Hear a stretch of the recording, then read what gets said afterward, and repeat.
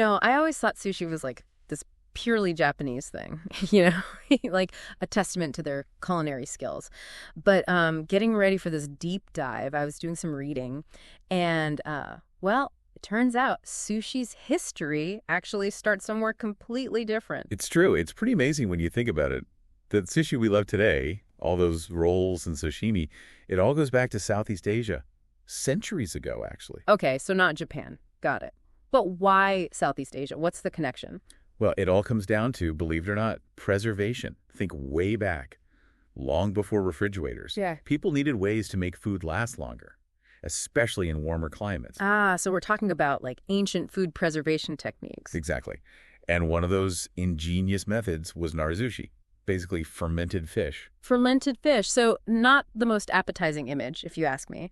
I'm guessing it wasn't about the taste back then. You got it. It was about survival.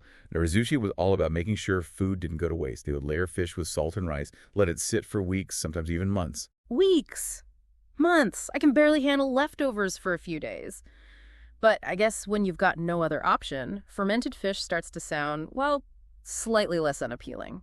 So how did we get from fermented fish to, like, a California roll? That's the fascinating part. See, this narazushi, it eventually makes its way to Japan, probably around the 3rd century BC. So sushi's secret ingredient is travel. Kind of. It came with the introduction of rice cultivation from China. Food travels. It's always been a part of cultural exchange. That's true. It's like a culinary passport stamped with flavors and traditions from around the world. Okay, so narazushi arrives in Japan. What happens next? Did they just instantly fall in love with fermented fish? Maybe not instantly, but if you look at Japanese records from the Nara period, we're talking 710 to 794 AD, they're already mentioning sushi or zushi, so they were definitely experimenting. So centuries of fermented fish, I get it, but I'm still trying to picture how we get from that to, like, a beautifully presented plate of sashimi. Was there, like, a sushi revolution or something? You could say that. Fast forward to the Edo period. Edo, as you can imagine, was bustling. Merchants, samurai, artisans, everyone was on the go. So they needed food that was quick and easy, kind of like our modern-day fast food. Exactly. And that's where hayazushi comes in. This new method used vinegar to ferment the rice. Way faster. And that tangy flavor. That's all thanks to the vinegar. Vinegar, the secret ingredient for speed and flavor. But we're still missing something. Did someone say nigiri yet? You know it. Nigiri sushi, the hand-pressed rice, topped with fresh seafood, that was an Edo period invention. It just exploded in popularity. Street food. I bet. I can practically see those Edo-era streets now, with vendors crafting those little bite-sized pieces of deliciousness. It's amazing to think that something that started as a preservation technique became such a huge part of Japanese culture. Absolutely. And you know what? That's just the beginning. Sushi's journey was far from over. Oh, there's more. Well, I guess we'll have to wait and hear all about it after the break. Don't go anywhere. We'll be right back. All right, so last we left off, sushi was all the rage in Edo, but I know it doesn't end there. Sushi's everywhere these days. So how did it make that leap from, Edo street food to, like, a global phenomenon? Well, it's kind of like a domino effect, right? One thing leads to another. When Japan entered the Meiji period in 1868, things really started to change. Japan became a lot more open to, say, Western influence, and trade with other countries started to really ramp up. And with all that exchange, well, sushi kind of hitched a ride. So it was like sushi's passport to the world. Exactly. It started popping up here and there, especially in, like, Japanese communities overseas. But the real sushi boom, that happened a little later. Think 1970s America. Wow, the 70s. Disco and dot sushi. Why then? Well, for one, people were really starting to get into Japanese culture. It was new and exciting. Plus, everyone's all about healthy eating around that time, and fresh food and sushi just fit right in. It's true. It always feels kind of elegant and healthy when you eat sushi. And delicious. It's true. And so you started seeing all these sushi bars popping up in big cities. And it wasn't just about grabbing a bite to eat. It was an experience. I can see it now. That whole experience, like the chefs preparing everything right there in front of you, the way it's presented so beautifully. It's like edible art. It's definitely more than just, throwing a burger on a plate. It is. People loved that.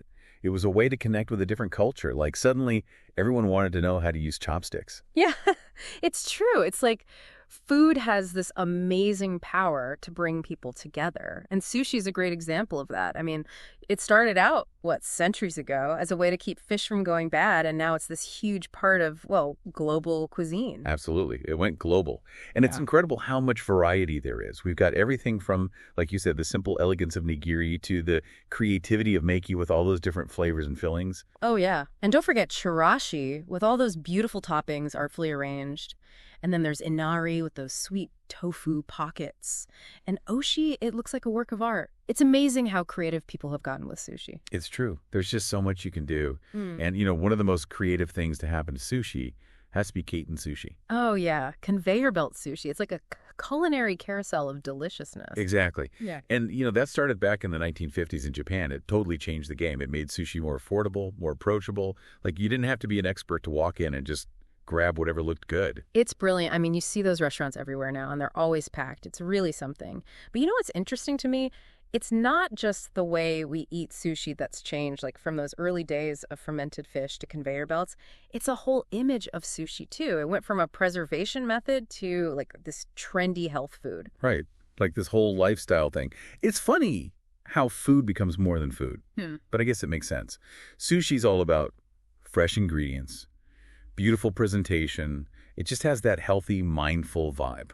It really is amazing. You know, I never thought about it like that before, but you're right. It's like when I'm eating sushi, it's almost like this little moment of peace. It's true.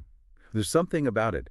Maybe it's the simplicity, the freshness, or maybe it's that connection to centuries of culinary tradition. Whatever it is, it works. It really does.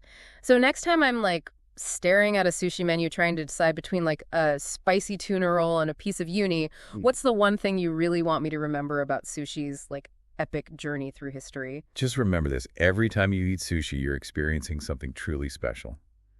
It's a testament to human creativity, to cultural exchange, to our never-ending search for deliciousness. Wow. That's kind of beautiful when you put it that way. And you know what else? It makes you wonder, what other foods out there have these incredible hidden stories?